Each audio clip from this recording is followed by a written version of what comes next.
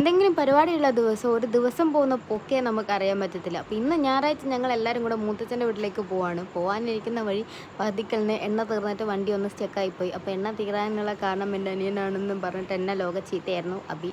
അങ്ങനെ നമ്മൾ എണ്ണയൊക്കെ വാങ്ങി നേരെ മൂത്തച്ഛൻ്റെ വീട്ടിലെത്തിയിട്ടുണ്ട്. മൂത്തച്ഛൻ്റെ മോളുടെ ബർത്ത്ഡേ ആണെന്ന്. ഇതല്ല, വേറൊരു പീലിക്കുട്ടി എന്ന് പറഞ്ഞ ബേബീൻ്റെ ഈ പീലിക്കുട്ടീൻ്റെ ബർത്ത്ഡേ ആണ്.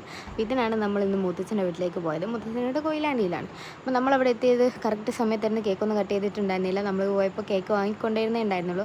അങ്ങനെ കേക്കിന് കൊണ്ടുവന്ന് ശേഷം ഇതാണ് ഡെക്കറേഷൻസ് സെലിബ്രേഷൻസ് ഒക്കെ. അപ്പോൾ ഇവർ മാച്ചിങ് ആയിട്ടുള്ള ഡ്രസ്സും കാര്യങ്ങളൊക്കെ ആയിരുന്നു ഉണ്ടായിരുന്നത്.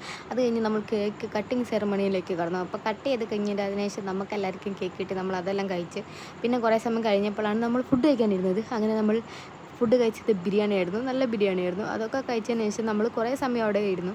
അങ്ങനെ വൈകുന്നേരം ആയപ്പോഴാണ് നമ്മൾ തിരിച്ചു വരാനിരുന്നത്. തിരിച്ചു വരുന്നതിന് മുന്നേ ബേബീസിനൊക്കെ നോക്കി. ഇത് ഏട്ടൻ്റെ കുഞ്ഞനാണ്.